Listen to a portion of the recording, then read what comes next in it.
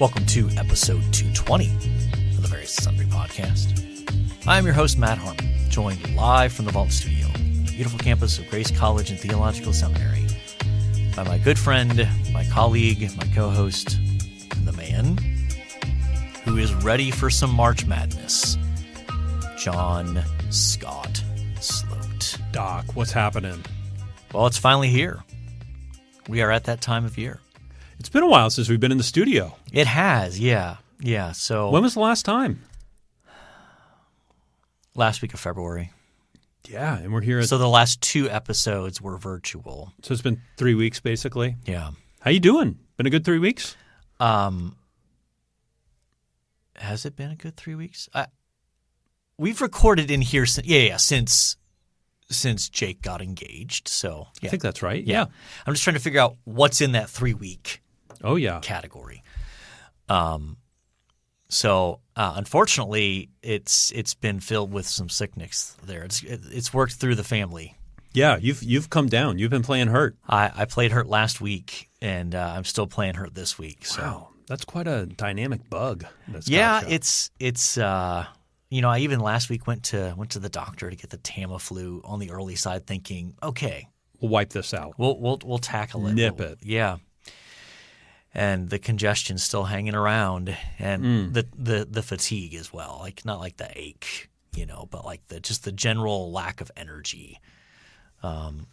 So if you appear sour and a little shorter this week, it's the illness. Yeah, for sure. And then I didn't intend this to turn into a complaint about Doc's life session, but no, I'm on the couch, right? Welcome to On the Road with John. There you go. The talk radio hour. Yeah. So my spring break was filled with grading, so it really wasn't a spring break. What were you grading? New Testament Expo notebooks and Bible study series. Okay. So 37 notebooks. Wow. It's a big class. And 16 Greek exegesis papers, which, as you know, are substantially long. Yeah. 30 pages. Yeah, 25 to 30, right? Yeah, they're stupid long. Now, Yeah. I grade like 1 to 2 a semester, so not a big deal for me. No, but crank it through 16 of them. Yeah. It's a bit much. So, and then I'd forgotten, I don't think our chaplain Brent listens to this. I'd forgotten I was speaking in chapel the first day of Spring B, which comes obviously after our spring break. Wow. Until he called me a week before saying, "Hey, just want to make sure you're good." Oh, 7 days. I gave you 7 days. Yeah. So also did that while I was under the weather from the flu. So. Yeah. What else is going on? I mean, what else would you like to bring to the table today? I think that's good. Okay. Good. What's new in John Sloat's world? Man, I feel like anything I say now things are going well. Then I think I was on the road last week. It's home. You were home. You work from home. That's right. Everybody else was gone. That's why. So that's right. Had Charlotte in there. Went to Charlotte, Greenville, and Atlanta. Those were all good visits. Been hanging out in Fort Wayne a lot, obviously. Yeah. Trying to work my way into like Fort Wayne things. Okay. So got a list of galas to go to last week. Galas. Yeah. Okay. Got some prayer meetings to go to in Fort Wayne that I'm looking forward to. Should be interesting. All right. But yeah, other than that, I'm going to Columbus, Ohio this weekend. Does that mean you're visiting the mothership? Yeah. I'll be there Sunday morning. Okay. Yeah. And last time I was there, Father Hess did not preach. And I've texted and made sure that Father Hess is preaching. Okay. Yes. Just to make sure there's no confusion, it is not a Catholic church. That's right. It's That's an affectionate nickname, not an actual title. He is not a padre. Yeah. He's Protestant. Yes. And he was our student body chaplain when I was a student, so we called him Father. There you go. Which at the time he was celibate. Okay. All right. Wow. That was for Nate in Ohio. Yeah. Yeah, he'll appreciate that. So if you'd like to contact the show and say something about anything that John Sloat just said, you can find us on X at VNS Pod. Yeah. You can find us on the old-fashioned email, variousandsundrypodcast@gmail.com. We are on Facebook. We are on YouTube. And we would love for you to leave a 5-star rating and a review. So, all right, John, let's talk sports. Okay. Yeah, it feels like the big thing that's out there is college basketball. Yeah. Bracket was it Selection Sunday? Did you watch the Selection Sunday show? I did not. Neither did I. I was at our small group. Yeah. So, I mean, I've not looked at, I've not done a deep dive yet into the brackets. I've done a cursory look. I have seen some of the outrage on Twitter. The Big East is pretty upset about teams that people think should have made it and didn't, or vice versa. So, I mean, that happens every year. Every year.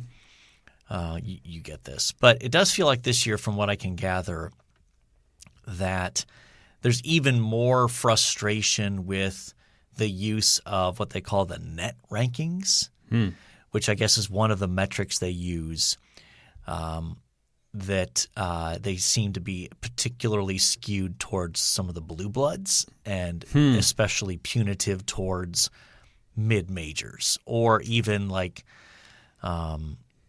for example, Michigan State getting in. Some people are like, they got in because they're Michigan State, not because their resume really warranted them getting in. Yeah. So I don't know.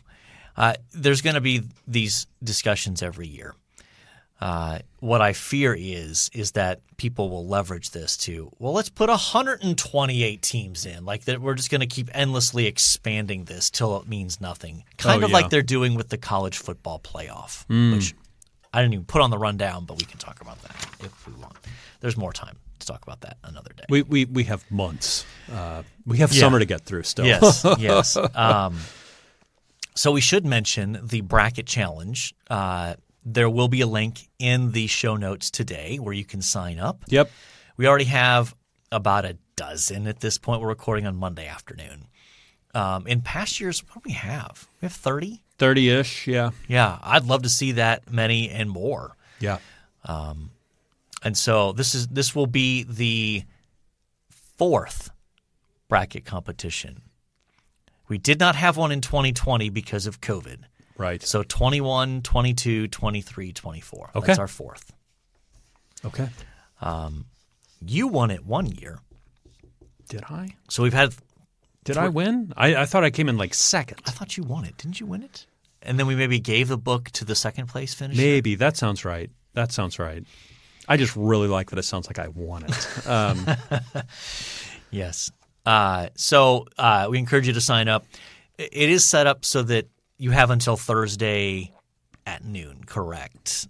I believe so. Like you don't have to pick the Tuesday and Wednesday play-in games. No, I don't think so. No. So you can wait to see who wins those if you want to tweak your entry.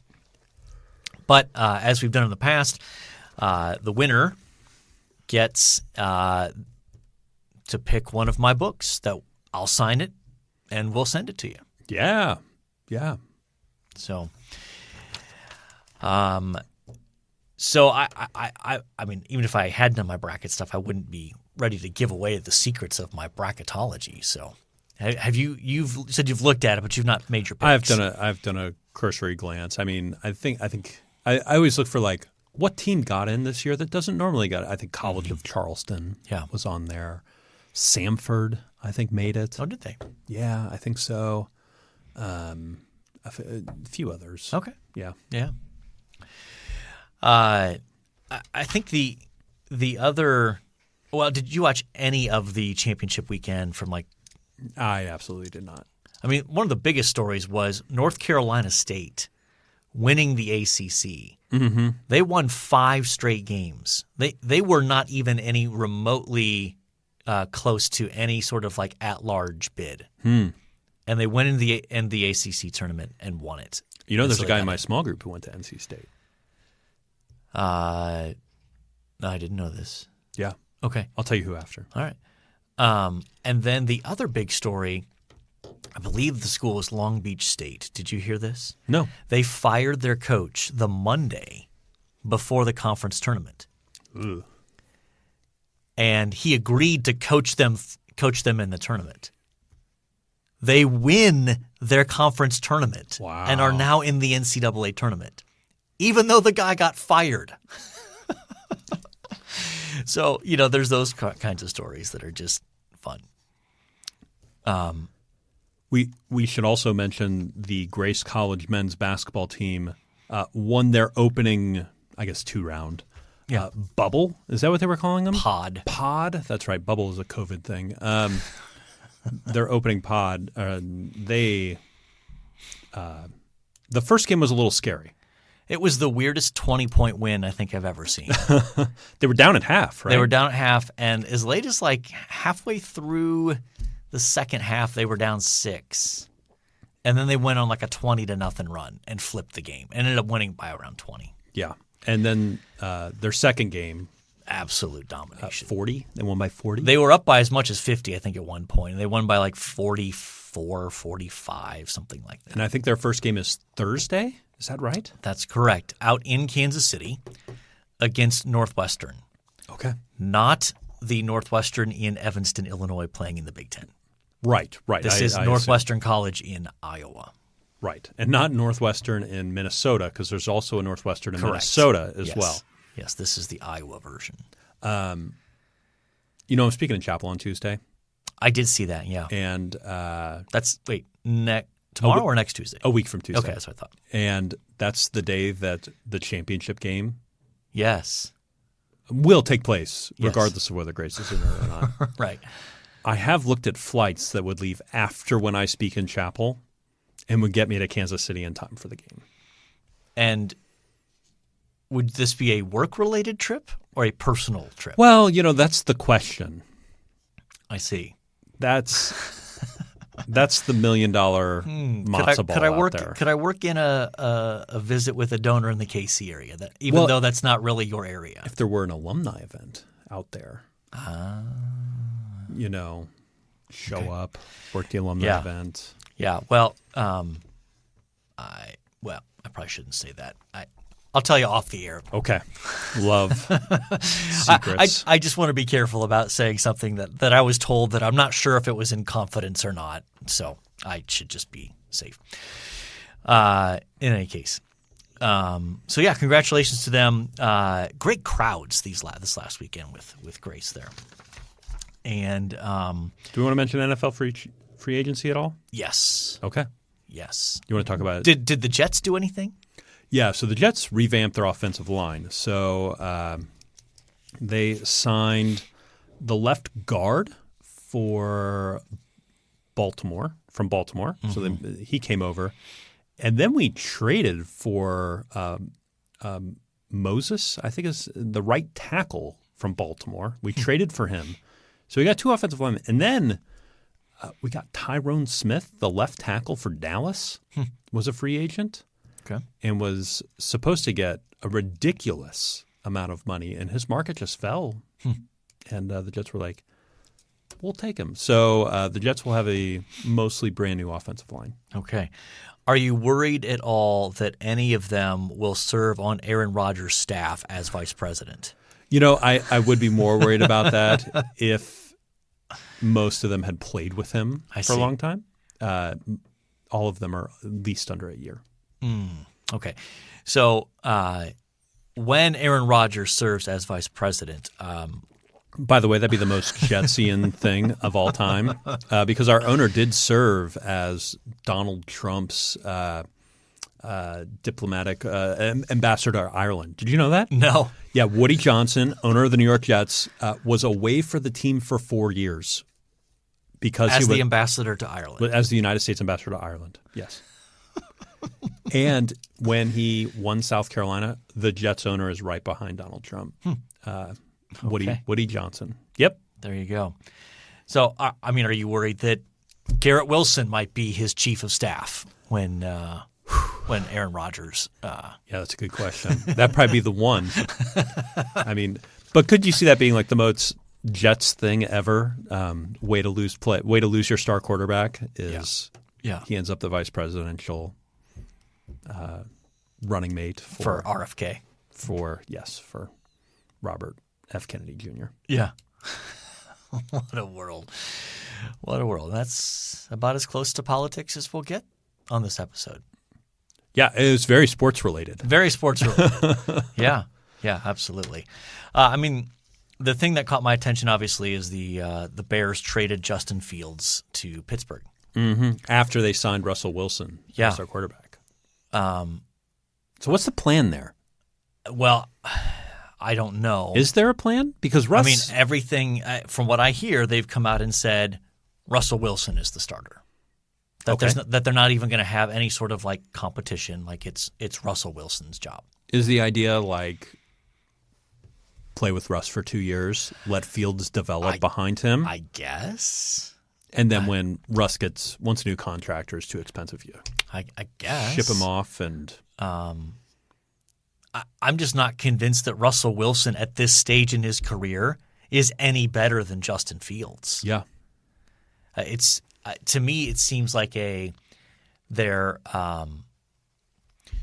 seems like Pittsburgh is saying that to ease Russell Wilson's ego. Mm-hmm. Because, look, he can be the starter, but 3 games into the year and he stinks. The fans are going to be clamoring for Justin Fields. Mm-hmm. And I think Mike Tomlin's the kind of guy that would probably, if he's like, well, we're 0-3 and Russell Wilson's terrible, let's put Justin out there. Yeah. I did see a report that Russ flew commercial to Pittsburgh for the meeting. Oh, yeah. Yeah. And that was a big deal for Russ, apparently, to fly commercial. But you know where you're going. You know, it's a blue-collar city. Yeah. You don't fly private there. You fly commercial. I think he still flew for first class, which isn't great either, but better than flying private. Yeah. Yeah. And there's all sorts of movement going on. I beyond what we've mentioned. Beyond the scope of this podcast. Yeah. For sure. You know, not that interested. What's going on with Ohio State football? Anything? Have you? Is that a leading question at all? No, not at all. That was just throwing out Ohio State football. There was a development last week. What happened? Did you not hear about this? No, not at all. Maybe. No. Ohio State's running backs coach left to take the same position at that school up north. Really? Yes. Wow, drama. Yes. Who's the new coach in Michigan? Do we know? It's the offensive coordinator, Sharon Moore. Is that the guy He's who the was guy like that the interim? Was filled in for Harbaugh during his suspension. It feels hard not to give him the job after Yeah. he won those games, basically. Yeah. So that's the big news from Ohio State football. And it feels scandalous. It is. And the fact that word apparently was that it came to light that he had been negotiating with Michigan for this position for like a few weeks. Wow. And so now they're terrified that, they brought in Chip Kelly as the offensive coordinator and he's putting in new stuff. Yeah. And now they're terrified that basically this guy has the playbook. Yeah. Yeah. Or probably memorized. Or pieces of it. Like they I believe this report is accurate, that they're actually going into the IT department is going in and tracking his, like looking back and seeing what he accessed in these last like couple of weeks. You got to see what he might have taken with him. Wow. What a world we live in. Man. What a world. All right.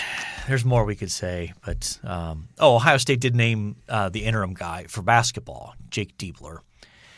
They fired Holtman back in the middle of February. Diebler took over, took him to a 6-2 record, totally turned the team around. So they officially made him the full-blown head coach. And they didn't make the tournament though, did they? They did not. NIT? They will play in the NIT. Okay. They probably were one. If they'd have won on Friday against Illinois, they would have been in that conversation for the bubble. Rick Pitino and St. John's refused to play in the NIT. Did you hear that? Yeah, I think that's dumb. I think it's stupid too. Just play. You hear these other coaches talking about, well, we're gonna stay out to focus on roster management because basically the transfer portal opens today, which is another incredibly stupid decision. Should be after the tournament, right? Should be a couple weeks after the tournament. Yeah. Like, what's the urgency? These kids can't enroll this semester anymore. Yep. So there is no urgency. It's just dumb. The NCAA is dumb with a capital D. Yep. In this area, and I mean, not to bring this to politics, but the NCAA just got sued by 15, 16 athletes over Title IX violations related to Leah Thomas. I don't know if you've been following that story, but that's been very interesting to watch develop. And also, she swam for Penn. He swam for Penn. I don't know. Sorry. I don't know what to say or what to do. That person swam for Penn, and there's no chance that Penn has good athletics, right? I wouldn't think so. It's Penn. I wouldn't think so. Anyway, let's move on. Didn't intend to go there. That's not on the rundown. It is definitely not on the rundown. All right, John, ready to move on? Yeah. Okay. So today we're continuing our series on resurrection in the Old Testament. Yeah. And we are going to look at our second text. Last week we looked at Isaiah 26. And this week we will look at a longer text, Ezekiel 37. And this is probably, I don't know, is this the classic resurrection text in the Old Testament? This one and next week's are the two most, like, I think if people can point to a passage about resurrection in the Old Testament, they'll point to either this one, Ezekiel 37, or next week's passage, Daniel 12. Okay. All right. Well, do you want me to read? Let's do it. Okay. We'll read Ezekiel 37, 1-14. Yeah. Sound like a plan? Yep. Okay. First one. The hand of the Lord was upon me, and he brought me out in the spirit of the Lord and set me down in the middle of the valley. It was full of bones. And he led me around them, and behold, there were very many on the surface of the valley. And behold, they were very dry. And he said to me, Son of man, can these bones live? And I answered, O Lord God, you know. Then he said to me, Prophesy over these bones and say to them, O dry bones, hear the word of the Lord. Thus says the Lord God to these bones, Behold, I will cause breath to enter you, and you shall live. And I will lay sinews upon you, and will cause flesh to come upon you, and cover you with skin, and put breath in you, and you shall live. And you shall know that I am the Lord. So I prophesied as I was commanded. And as I prophesied, there was a sound, and behold, a rattling. And the bones came together, bone to its bone.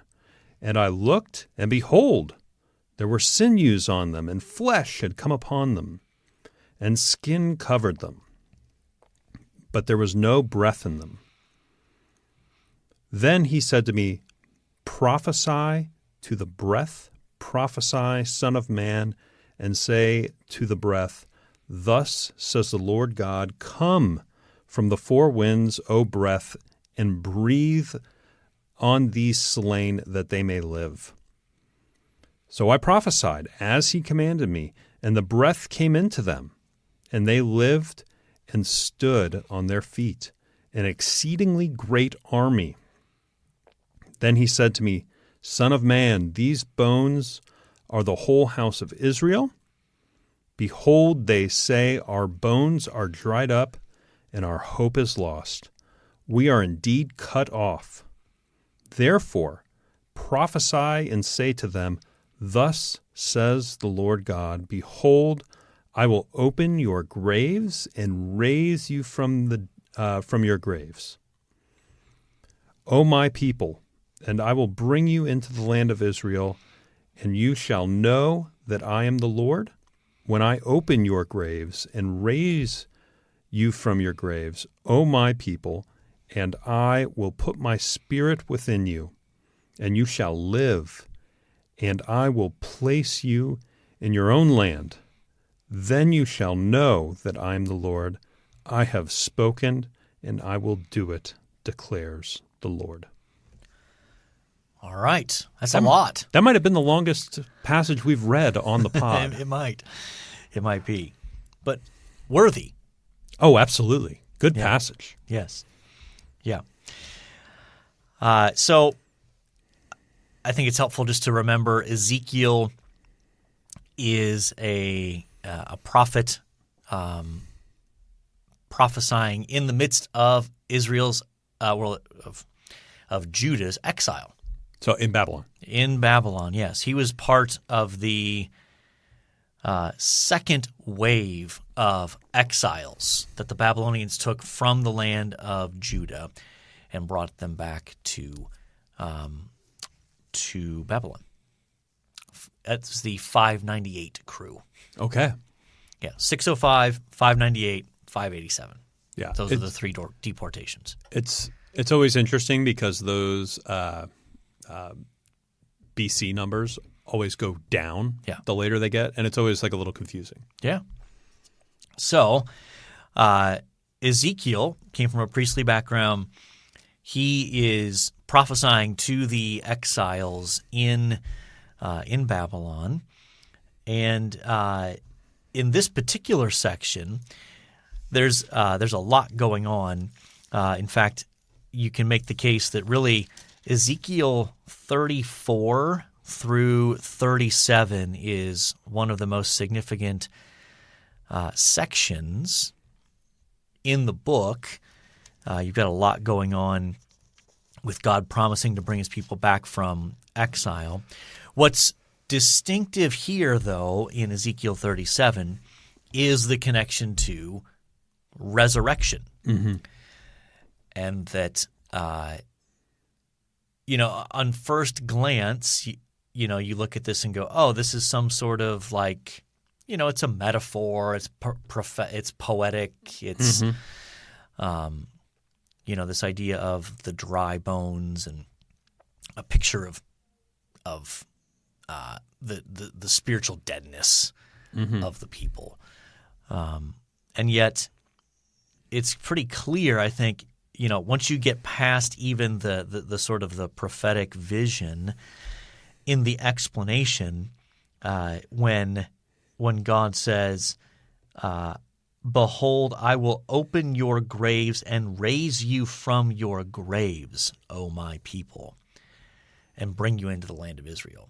That's something more than just there's this current group of Jews in exile in Babylon, and he's going to bring that group or part of that group back. Yeah, it feels much broader than that. Yes, much more universal in scope.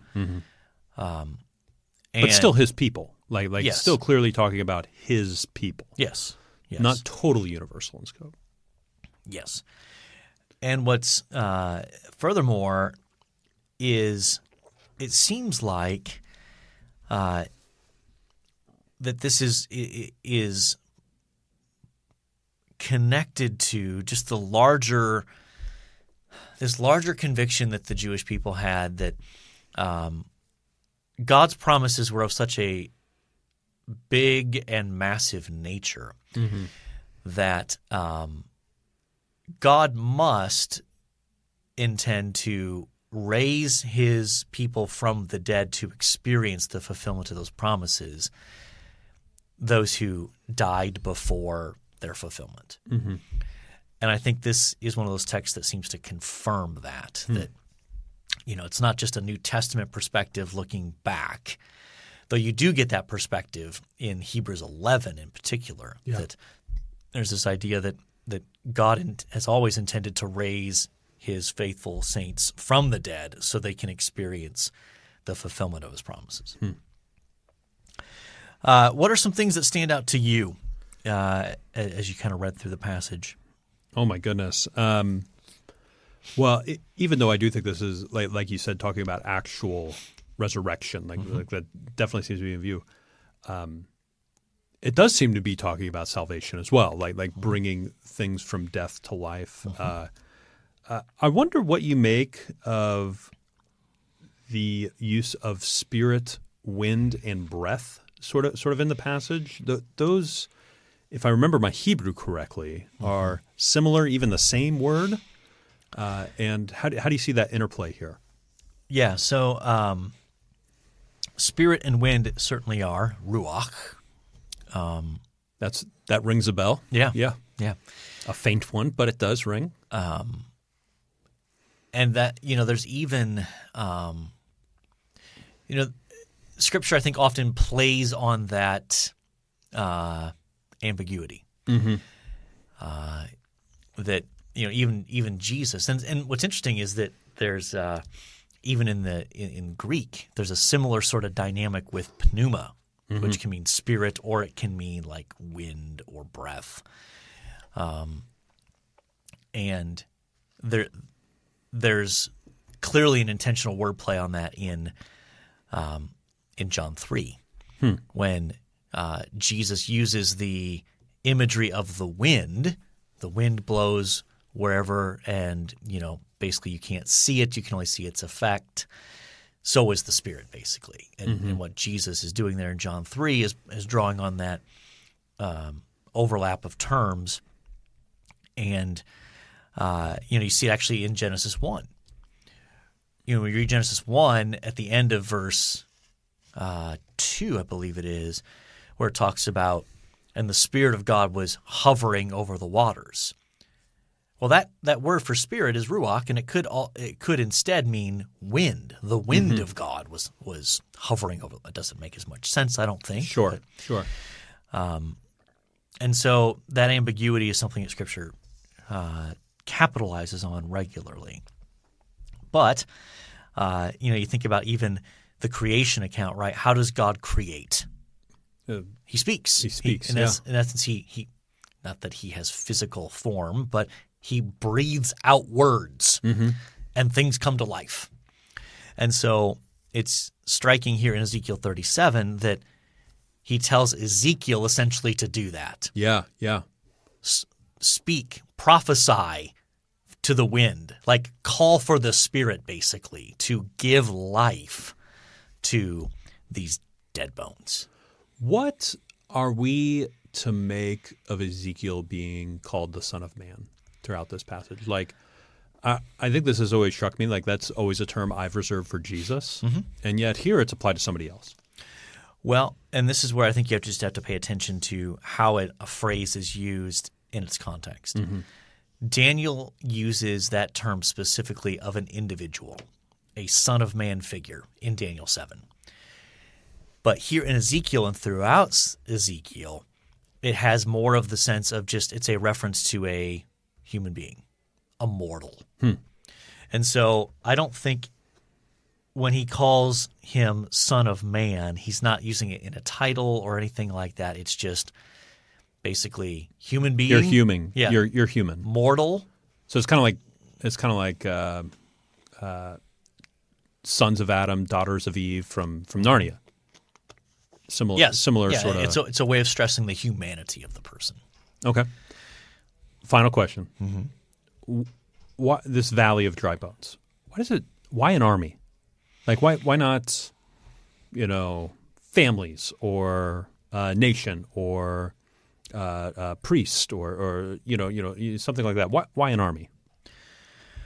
Well, I think it fits with the creation mandate: be fruitful, multiply, and fill the earth.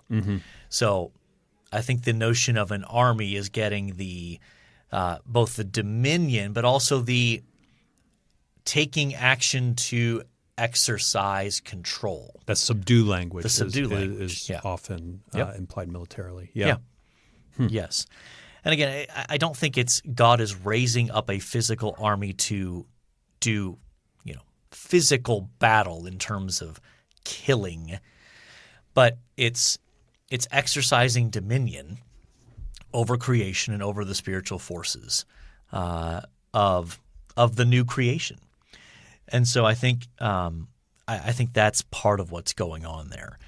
I also think, and this is where the connection to exile shouldn't be missed, because when I think most people, when they hear the term exile, and even when they read here, right, I'm going to put you back in the land. Yeah.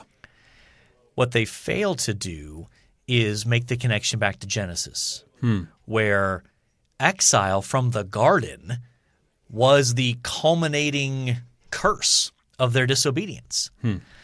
And so I would suggest that not only is this intended to talk about Israel's restoration to the land, but this is rooted in God restoring humanity to its intended Edenic and beyond condition. And so it's broader than that, which is why I'm tying it to sort of new creation language here. Yeah. And I think, especially when you tie the promise of the Spirit to other texts here in Ezekiel, like people may be familiar with Ezekiel 36, the chapter before, right? The idea that God is going to put his Spirit inside of his people and cause them to walk in his ways. Yeah. So they'll be unlike Adam. They'll be redeemed, renewed human beings. And I think that when you capture that dynamic, I think you see it as part of the larger biblical storyline of God transforming a people, not just bringing them back to life in terms of physical life, but making them spiritual people, not spiritual in some sort of generic sense, but like spirit-directed, spirit-empowered people. And I think that's how you have to connect what's going on here in Ezekiel 37 with earlier chapters here in Ezekiel as well. And does this get connected in the New Testament? Is this passage brought up? Well, I think that or at least alluded to? I think this is in the backdrop in Matthew 27, in the weird story where at Jesus' resurrection, Matthew says basically like, some of the Old Testament saints came out of their graves and walked around the city. Yeah. And you're like, what? That's weird. Yeah. Yeah. But I think it's Matthew's way of saying Ezekiel 37 is happening. This is the promised restoration. This is the promised resurrection. At least a sort of first fruits. Yeah, partial near fulfillment, whatever you want to.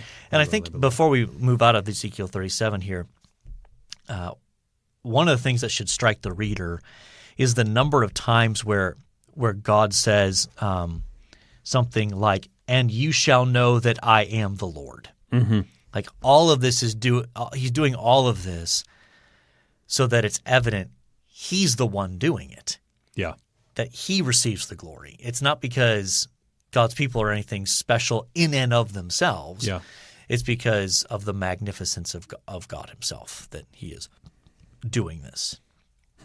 He's doing it to bring glory to himself. And so I also think, by the way, this helps explain even the question in Acts 1 where in the interim between Jesus' resurrection and his ascension, those 40 days as he's teaching them about the kingdom, they ask him, "Lord, is it at this time that you're going to restore the kingdom to Israel?" I think they're thinking, well, Jesus rose from the dead. Resurrection equals restoration. Yeah, yeah. Is now the time, Jesus? Like, is this it? And are they going, Ezekiel 37 is literally go like an army is going to be raised up. Is that what? I don't know if they're seeing. They're not that. going that far. I don't know. Okay. I think the question is generic enough to leave ambiguity. I don't know. But what's striking is that Jesus doesn't say. He doesn't answer the question yes or no. Classic teacher move, right? Yeah. Is now the time? And he's like, it's not for you to know. But hang around in Jerusalem till the Spirit comes. Yeah. Which seems in one sense like a non-answer, but it is an answer because, again, part of the picture here, resurrection and spirit are intimately connected. Mm-hmm. And so he's saying, hang around for the Spirit to come, and then you'll have a better sense of what's going on. All right. We should move on, John. Okay. Time now for This Day in Sports History. This Day in Sports History, March 19th. March 19th, 2024. We are just pressing on through the year. Cruising through. Moving real quick. March 19th, 1950. U.S. Open Women's Golf. Rolling Hills Country Club. Babe Diderskin. I don't know if I got that close. Diedrichsen. Okay, and that was only the first half of her last name. Zaharias wins by 9 strokes from head of the amateur, Betsy Rawls. Okay. Doing the research for this, I was stunned that there was professional women's golf in 1950. Well, I almost made that comment, and then I started trying to pronounce that person's name. 1955, 17th NCAA Men's Basketball Championship. San Francisco beats LaSalle 77-63. Don's future Hall of Fame center Bill Russell is named the tournament's most outstanding player. Yep. Bill Russell. 1960s, 22nd NCAA men's basketball. I get the feeling we're going to have. Oh, this is the only one. The only one. Men's basketball championship. Ohio State beats California 75-55. Buckeyes future Hall of Fame forward Jerry Lucas is named tournament most outstanding player. That is Ohio State's only national title in men's basketball. Really? Yep. Huh. 1960. Yep. Jumping into the future, 1984, two-time Cy Young Award winner Denny McClain is indicted on charges of drug trafficking, embezzlement, and racketeering, and he gets a 25-year sentence that's later quashed. Yeah. Had you ever heard of Denny McClain? No, okay. Maybe. Pitch for the Tigers. Okay. So his sentence got quashed. Mm-hmm. So did he pitch again? No, he was long retired by then. Okay. 1995, one day after announcing his return to the NBA, Michael Jordan took the floor against the Pacers, Indiana Pacers, still to this day the highest-rated regular season NBA game in history. In his first game in over 18 months, Jordan, of course, played 43 minutes, but shot just 7 of 28 from the floor, and the Bulls lost 103-96 to Indiana in overtime. Yeah. Wow. I remember hearing the announcement and then being dragged along to go shopping. Oh, and you missed it. And I missed the game. It was very sad. Very sad.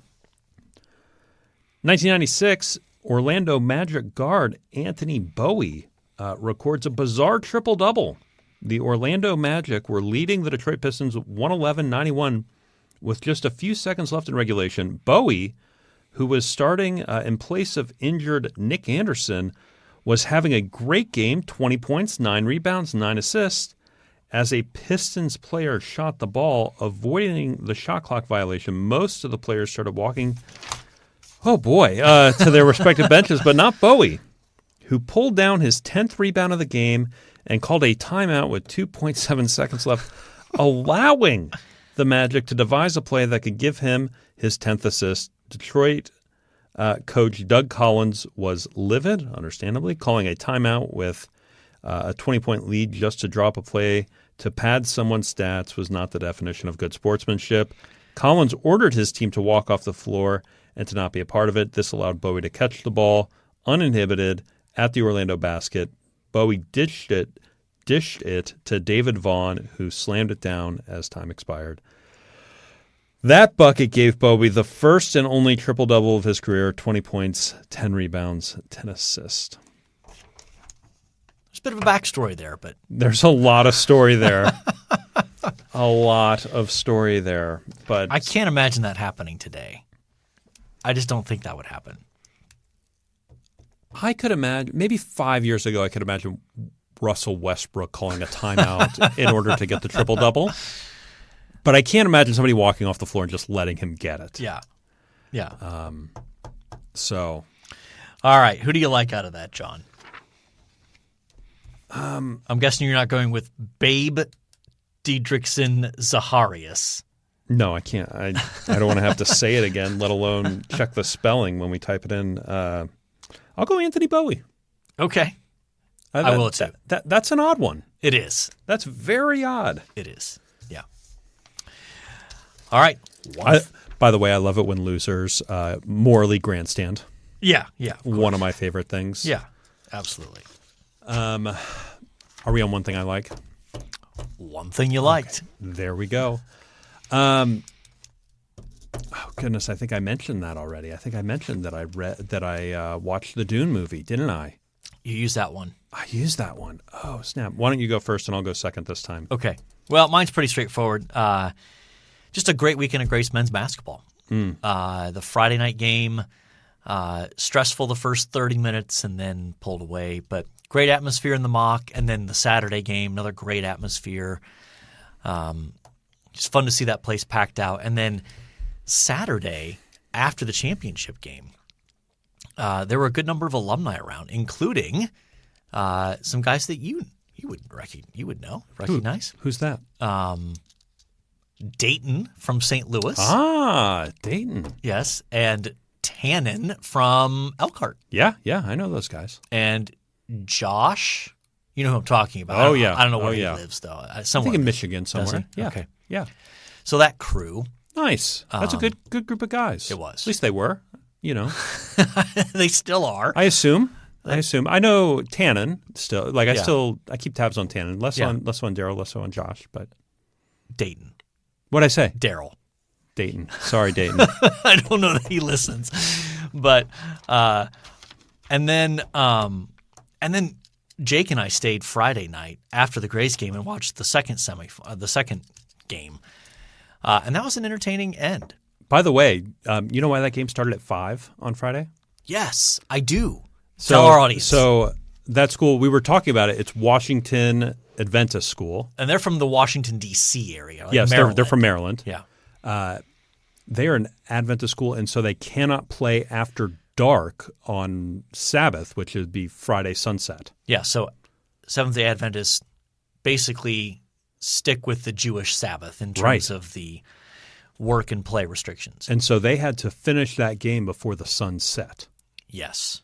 And so we played it at 5 rather than 6. And did you know that had they beaten Grace and played the next day, they would have pushed the game until 9:30 on Saturday night. So because again, the Sabbath, as they understand it, sunset to sunset. Sunset to sunset. So Friday at sundown, Saturday at sundown.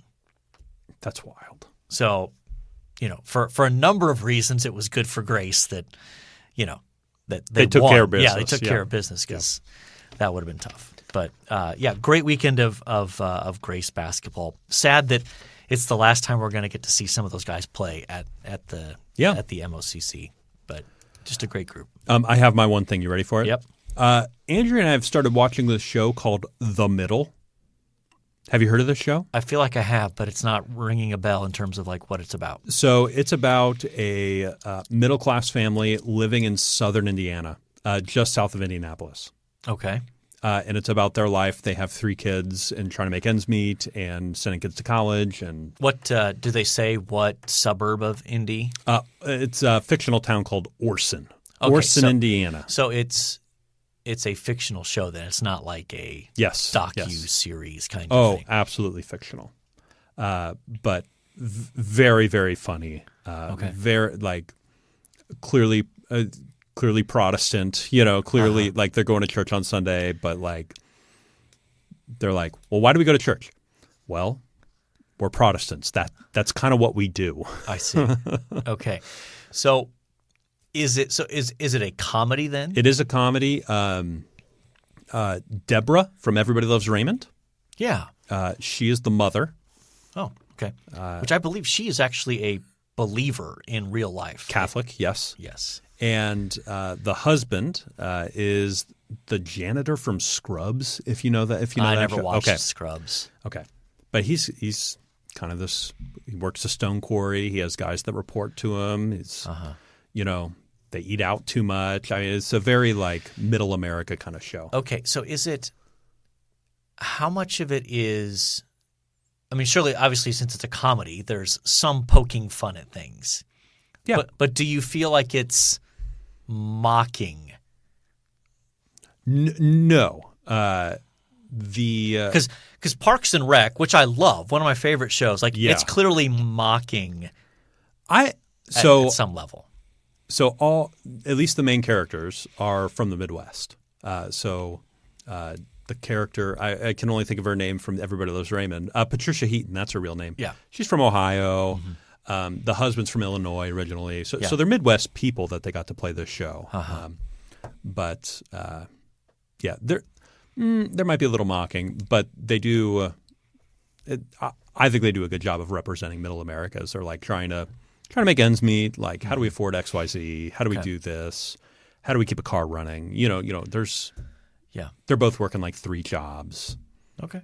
So it's a good show. It's funny. It ran up until it had like an 8-9 year run, and it ran till 2015. Oh, okay. What platform?